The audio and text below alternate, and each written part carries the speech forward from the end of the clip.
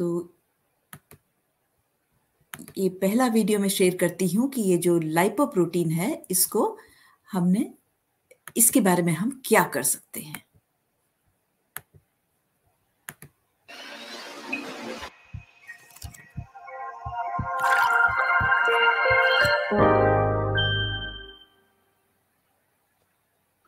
What could help explain severe coronary disease in someone considered to be at low cardiovascular disease risk with a healthy lifestyle?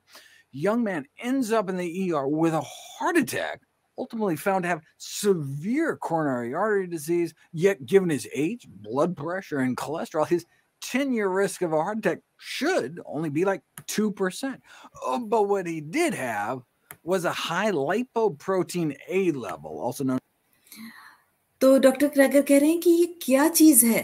देखिए, ये जो video है ना doctor Gregor का, I really wish कि India की सारी जो मेन न्यूज चैनल्स हैं उन पे चलाया जाए, ताकि लोगों को पहली बार जिंदगी में पता चले कि असली कारण जो है वो बढ़ते हुए हार्ट अटैक का क्या है। तो डॉक्टर ग्रेगर कह रहे हैं कि वो क्या कारण है कि जो हार्ट डिजीज होती है किसी यंग आदमी में हम देखते हैं कि उसका कोलेस्ट्रॉल भी नॉर्मल है, वो ओवरवेट भी नहीं है, वो एक्सरसाइज भी करता है, वो एकदम फिट है, फिर भी वो सडनली हार्ट अटैक होता है, वो ईआर में जाता है और हमें पता चलता है कि उसकी मौत हो जाती है हार्ट अटैक से।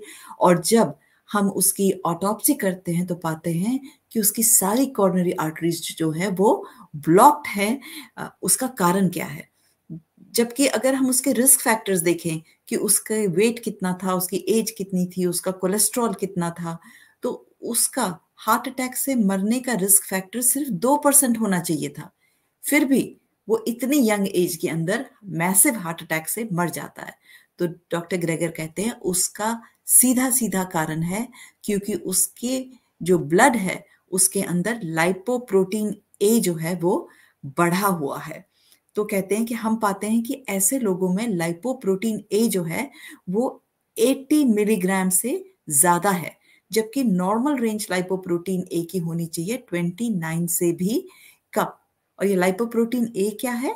ये खराब वाला जो कोलेस्ट्रॉल है, लो डेंसिटी कोलेस्ट्रॉल जो है, उसका एक सब टाइप है, उसका एक विशेष प्रकार है। तो हमने पाया कि उसी कारण से coronary artery disease, massive coronary artery disease होती है। Also known as LP little a, markedly high at 80, which may help explain it. You can see the same thing with women, 27-year-old with the heart attack with a high LP little a. What is this LP little a and what can we do about it? LP little a is an underestimated cardiovascular risk factor. It causes coronary artery disease, heart attack, strokes, peripheral artery disease, calcified aortic valve disease, and heart failure. वो कहते हैं जो LPA है, ये जो खराब वाला जो लो डेंसिटी लाइपोप्रोटीन है, उसका जो सब टाइप है, कहते हैं ये इतना खतरनाक है कि ये ना सिर्फ ये जो LPA है, ये लाइपोप्रोटीन ए जो है, ये ना सिर्फ हार्ट डिजीज कॉज करता है, ये जो है ये coronary artery disease, heart disease के साथ साथ ये हार्ट की मसल्स को भी मारता है। ये स्ट्रोक, ब्रेन में स्ट्रोक का कारण भी यही है। और जो पेरिफेरल आर्टरी डिजीज होती है, जहां हमें जो है वो पैरों की जो नसें हैं वो पतली हो जाती हैं और हमारे सर्दियों में पैर बहुत ठंडे होने लगते हैं, या हमें क्रैम्प्स आने लगते हैं पैरों के अंदर और हमारा हार्ट फेल हो जाता है, या हमारे जो हार्ट के वाल्व्स हैं वो खराब हो जाते हैं, हमारी जो अयोटा है उसका वाल्व खराब हो जाता है। इन सब कारणों के पीछे है लाइपोप्रोटीन ए। और ये जो लाइपोप्रोटीन ए है, ये सबसे अधिक मात्रा में कहाँ पाया जाता है? ये इंडियंस में पाया जाता है। और इसीलिए आप देखेंगे ये जो पर्टिकुलर आर्टिकल है ये भी इंडियन हार्ट जर्नल से है ये आर्टिकल। लेकिन फिर भी हमारे मीडिया में बातें की जाती हैं कोरोना वायरस से हार्ट अटैक हो रहे हैं आपके, और यंग एज में स्ट्रेस के कारण हार्ट अटैक हो रहे हैं, जबकि जो असली कारण है उसके बारे में हमें कोई आइडिया ही नहीं है। और हमें आइडिया कब कैसे होगा? जब हमारे खुद के डॉक्टर्स को आइडिया नहीं है। इसीलिए बहुत जरूरी है कि हम असली कारणों के बारे में जानें और बातचीत करें। And these can occur even in people without high cholesterol. Because it is cholesterol. It's basically an LDL cholesterol molecule linked to another protein, which, like LDL, transferred cholesterol into the lining of arteries. तो कहता है कि क्यों ये इतना खतरनाक है ये लाइपोप्रोटीन ए। कहता है ये इतना खतरनाक इसीलिए है, और क्यों जिन लोगों का नॉर्मल कोलेस्ट्रॉल होता है उनको इतना हार्ट अटैक होता है। कहते हैं नॉर्मल कोलेस्ट्रॉल जिन लोगों को होता है, पहली बात वो नॉर्मल कोलेस्ट्रॉल है ही नहीं, कि क्योंकि जो नॉर्मल कोलेस्ट्रॉल की जो वैल्यू है वो ही गलत सेट कर रखी है विभिन्न देशों की गवर्नमेंट्स ने।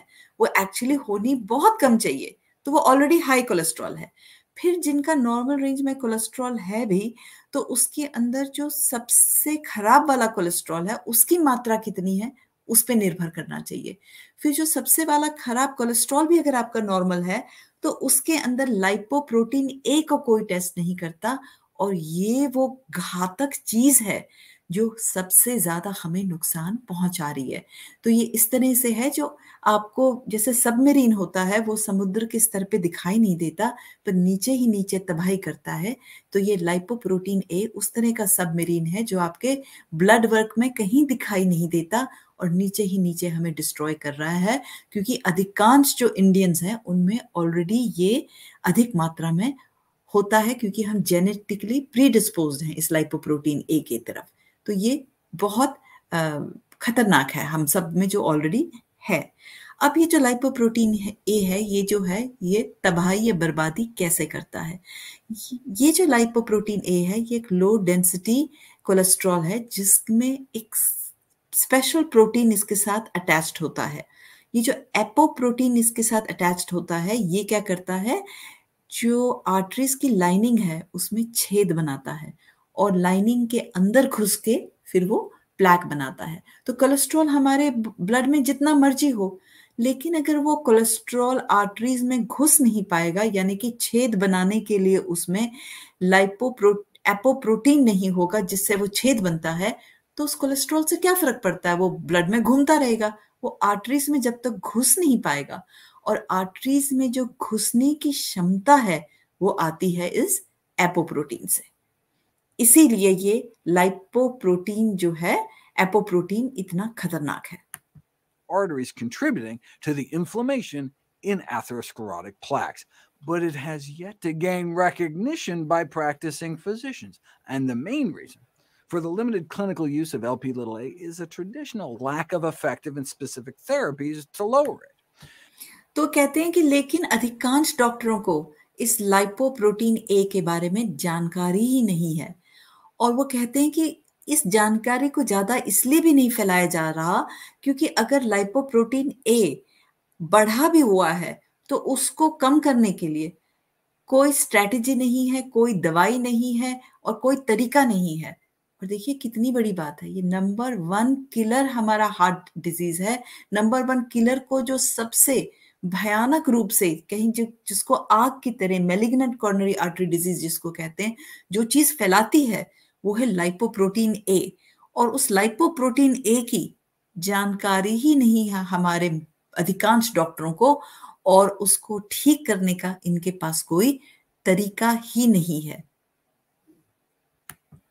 Lp(a) concentrations are approximately 90% genetically determined. So, the conventional thinking has been that, look, you're just kind of born with higher or lower levels and there's not much you can do about it. और ये जो lipoprotein ए होता है जिन लोगों में बड़ा होता है 90% वो जेनेटिक्स के कारण होता है। तो इसलिए इसके बारे में ये विचारधारा है कि यदि आपका लाइपोप्रोटीन ए बढ़ा हुआ है, यानी कि अगर आप इंडिया जैसे इलाके में पैदा हुए हैं, तो आप इसके बारे में कुछ नहीं कर सकते। Even if that were the case, you still might want to know about it, since if it were high, then that would be all the more reason to make sure all your other risk factors that you do have more control over are absolutely as good as possible. तो कहते हैं कि अगर ये सच्चाई भी है कि हम लाइपोप्रोटीन ए के बारे में कुछ नहीं कर सकते, और आप इंडियन जैसे सब कॉन्टिनेंट में हैं जहां आपके पास बहुत अधिक जेनेटिक प्रीडिस्पोजिशन है लाइपोप्रोटीन ए की, यानी कि दुनिया में सबसे ज्यादा लाइपोप्रोटीन ए जिन लोगों में पाया जाता है वो हम इंडियंस में पाया जाता है, तो कहते हैं तो भी हम कम से कम अगर हमें पता हो हमारे अंदर लाइपोप्रोटीन ए बढ़ा हुआ है, तो कम से कम हम अपनी बाकी की डाइट की तरफ तो ध्यान ज्यादा देंगे ना। जैसे कि हम स्मोकिंग नहीं करेंगे, हम तंबाकू नहीं खाएंगे और अंडा नहीं खाएंगे। ऐसी चीजों से हम इसको कंट्रोल करने की कोशिश करेंगे। तो हम इसके बारे में जानकारी रखना बेहद जरूरी है। Like, maybe help you quit smoking and do everything you can to lower your LDL cholesterol as much as possible. Lp(a) levels in the blood can vary 1,000-fold between individuals, from less than 0.1 milligrams per deciliter to 100 or more. Here's the graph of odds of heart disease at different levels. Less than 20 is probably optimal, with greater than 30 to 50 considered elevated. Even when the more conservative threshold of greater than 50 is used, that describes like 10 to 30% of the global population, an estimated 1.4 billion people. So if we're like the 1 in 5 people with elevated levels, what can we do about it? The way we know that Lp(a) causes atherosclerosis is that we can put it to the ultimate. कहते हैं normal LPA level होना चाहिए 20 से कम। 30 से 50 के बीच में हो तो आपका मॉडरेट होता है, और 50 से ज्यादा हो तो सिवियरली एलिवेटेड होता है। तो जब हमारा 20 से कम LPA लेवल होगा तो हम हार्ट डिजीज से नेचुरली बचे रहेंगे। तो उन्होंने कहा जैसे जैसे LPA लेवल बढ़ता है, हमारा हार्ट डिजीज का रिस्क बहुत अधिक बढ़ जाता है। Test. There's something called apheresis, which is basically like a dialysis machine where they can take out your blood, wash out some of the Lp(a), and then give your blood back to you. And when you do that, you can reverse the progression of disease. Atherosclerosis continues to get worse in the control group, but better in the apheresis group. तो उन्होंने क्या किया कि जिस तरह से dialysis होता है, उन्होंने इसको टेस्ट कैसे किया कि LPA लेवल जब कम हो जाए तो हार्ट डिजीज कम हो जाती है। तो उन्होंने क्या किया, जिन लोगों को ऑलरेडी हार्ट डिजीज है, एथेरोस्क्लेरोसिस है, उन लोगों को उन्होंने क्या किया कि उनका पूरा खून निकाला, एक मशीन के अंदर उनका खून जो है वो साफ किया, जिसका प्रोसेस है एफेरेसिस। खून साफ करके LPA निकाल लिया उनके खून से, और फिर पेशेंट्स को वो खून वापस डाल दिया। तो उन्होंने पाया कि जब खून साफ करके LPA निकाल के जब वापस डाला गया पेशेंट्स में, तो उनका हार्ट डिजीज जो थी वो कम हो गई, और उनके अंदर जो कॉर्नरी आर्टरीज की जो ब्लॉकेज थी वो बेटर हो गई, और उनकी जो एथेरोस्क्लेरोसिस थी वो भी बेटर हो गई, यानी कि प्लैक्स बनने का जो प्रक्रिया थी वो भी कम हो गई। I mean, this is great for proving the role of Lp(a), but has limited clinical application given the cost, accessibility, and the time commitment तो उन्होंने required for bio. तो उन्होंने कहा कि ये ठीक है, आपने रिसर्च में प्रूव करने के लिए कि LPA को जब आप कम करेंगे तो हार्ट डिजीज अपने आप कम हो जाएगी, ये प्रूव करने के लिए तो ठीक है, आप डायलिसिस की तरह उसको मशीन में खून को डाल के साफ कर लीजिए। पर ये आम जनता की ट्रीटमेंट का तरीका नहीं हो सकता, क्योंकि ये बहुत महंगा है, ये इन्वेजिव प्रोसीजर है, इसके अपने रिस्क फैक्टर्स हैं, और हर 2 हफ्ते में आपको 2 से 4 घंटे मशीन के साथ हुकअप करके आपको ये करना पड़ेगा। Bi-weekly sessions of 2 to 4 hours each. It causes a big drop in blood levels, but they quickly creep back up. उन्होंने कहा ठीक है, इस प्रक्रिया से आपका LPA लेवल कम हो गया, लेकिन फिर 2 हफ्ते के अंदर अंदर आपका LPA लेवल फिर से दोबारा बढ़ जाएगा। तो इसका मतलब ये कोई अच्छा सोल्यूशन नहीं है। So you have to keep going in. Costing more than $50,000 a year. There has to be a better way. उन्होंने कहा कि इससे बेटर एक तरीका होना चाहिए। And we'll explore the role diet can play next.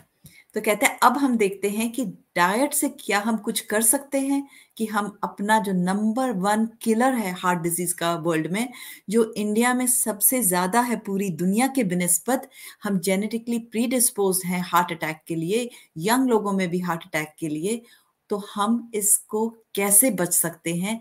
Diet में ऐसा क्या है कि हम अपनी जीन्स से होने वाला ये जो LPA है, इसको भी हम कंट्रोल कर सकें। ये हम नेक्स्ट देखते हैं।